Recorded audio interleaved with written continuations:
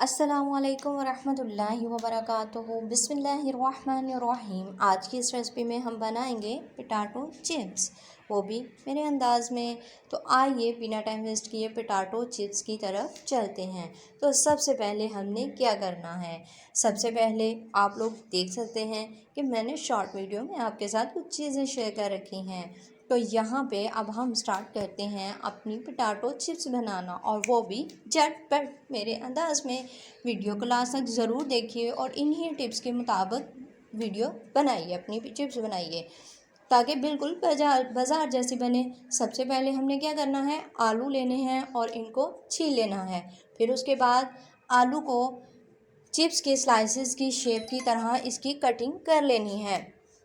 इसकी कटिंग हम बिल्कुल बाज़ार जैसी करेंगे। आप लोग देख सकते हैं इस तरह छोटे छोटे स्लाइसेस में लंबे और बारीक काट लेने हैं। बाद में उसको पानी में अच्छे से वॉश करेंगे ताकि ये अच्छे से साफ़ हो जाए।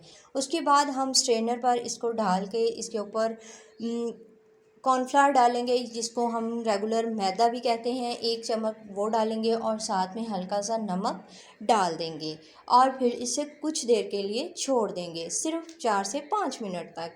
इसे छोड़ने के बाद दूसरी तरफ हम क्या करेंगे, एक कढ़ाई में ऑयल लेंगे और जिसे हम अच्छे से गरम कर लेंगे। यहाँ पे हमारी चिप्स जो कि हमने नमक और मैदा लगा के रखा था आधे घंटे के लिए, आधा घंटा या 5 मिनट रख लें, कोई मसला नहीं। 5 मिनट के लिए छोड़ दें। छोड़ने के बाद हम इसको फ्राई करेंगे, नॉर्मल आंच पे करेंगे, ज़्यादा तेज़ नहीं करेंगे ताकि अंदर से आलू कच्चे ना रहें, और इतना हल्का भी नहीं करेंगे कि वो बिल्कुल अकड़ ही जाए।